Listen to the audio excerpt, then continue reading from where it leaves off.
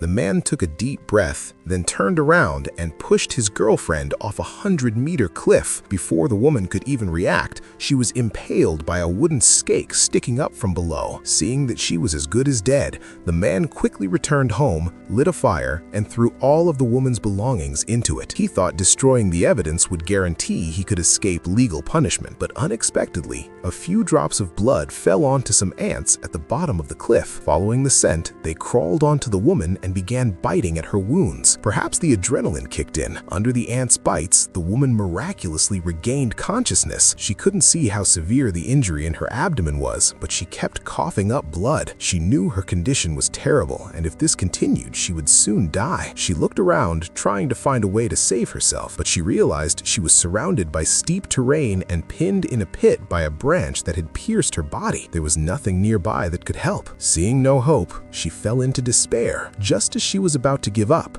she suddenly noticed a red lighter in her blurred vision. Hope ignited again.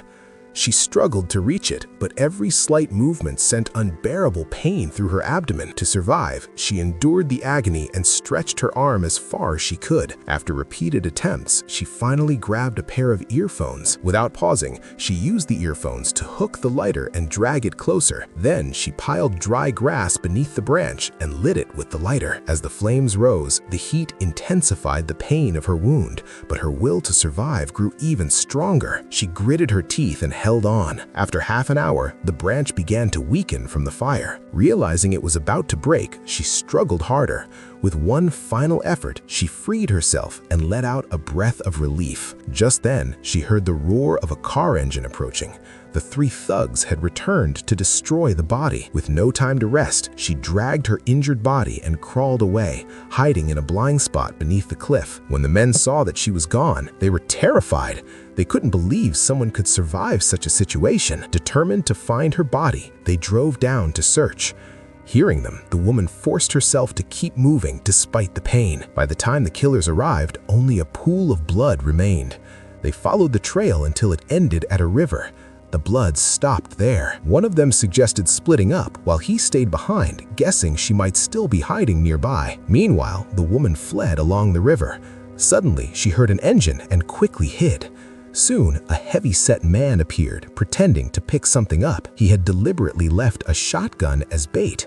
When she approached, he grabbed her and reported to his partners over the radio. He repeatedly pushed her underwater, enjoying the torture. But she felt the dagger at his waist, seized it, and stabbed him through the eye. His arrogance cost him dearly as he collapsed into the bloody water. She took his car, but soon realized it had no fuel. She grabbed some equipment and continued on foot, eventually hiding in a cave. Her wounds still hadn't been treated.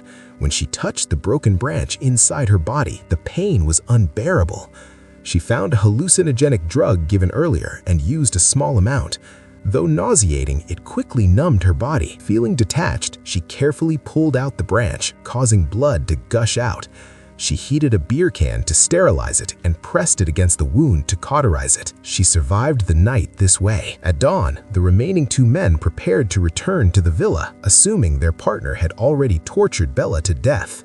Then he headed back first. Before leaving, the mustached man went to the river to wash his face.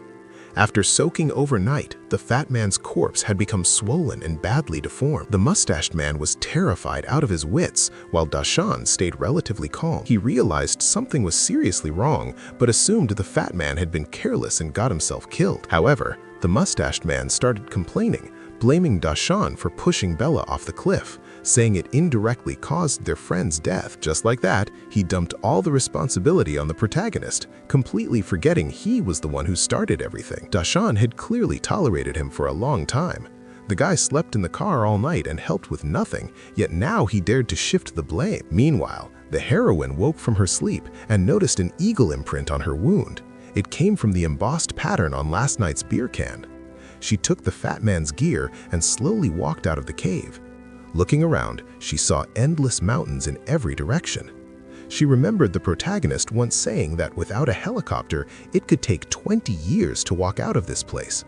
Since only Dashan could contact the pilot, a life or death confrontation was inevitable. Dreams didn't matter anymore. As a woman who cared about her appearance, at least she wanted revenge for the scars on her body. At the same time, the protagonist found the fat man's car, meaning Bella was now traveling on foot. Because she was badly injured and carrying equipment, her range should be within 4 or 5 kilometers. They guessed she was hiding in a cave, and splitting up seemed like the best strategy. But his teammate was foolish. The mustached man suggested they stay together, afraid Bella would pick them off one by one. Dashan looked frustrated and mocked him for being cowardly, then set off alone. In the distance, the heroine spotted a flash through binoculars. The man had exposed his position with a reflection while checking his injured nose. Bella locked on to his direction. Because the road was rough, the mustached man drove slowly and even stopped suddenly. Bella hid in the dark, ready to shoot. When he got out of the car, she panicked. Fortunately, he was only refueling. Bella seized the chance. Since it was her first time firing, she missed the vital spot and was knocked down by the shotgun's recoil. She heard the mustached man scream faintly. When she stood up, he had disappeared. He had only been shot in the shoulder and was fleeing. Bella followed the blood trail, but the bearded man was lying in ambush. She came up behind him, trembling from pain. He raised his gun with difficulty and shot, piercing her ear. She struggled to escape, smashed the flashlight lens, and the shards cut him badly. She ran back to the car, then suddenly returned, standing in the road, firing repeatedly at him. Meanwhile, Ajay called the bearded man but got no response. Sensing trouble, he rode back to the villa to call for the plane. Just as he was about to shower, he heard movement outside. He grabbed his gun and moved forward. The TV suddenly turned on, startling him. Then he froze. Ajay was shot through the waist. He dragged himself away. Seeing no movement, Jenny entered the house with her gun, following the blood trail. At a corner, she stopped. Ajay was waiting in ambush. She slowly backed away and tried to flank him. Ajay wrapped his wound tightly with plastic wrap. They circled each other inside the house. The floor was slippery. Jenny fell and was knocked unconscious by Ajay. Just as she was about to suffocate, she stabbed him in the wound, grabbed the shotgun, and turned around.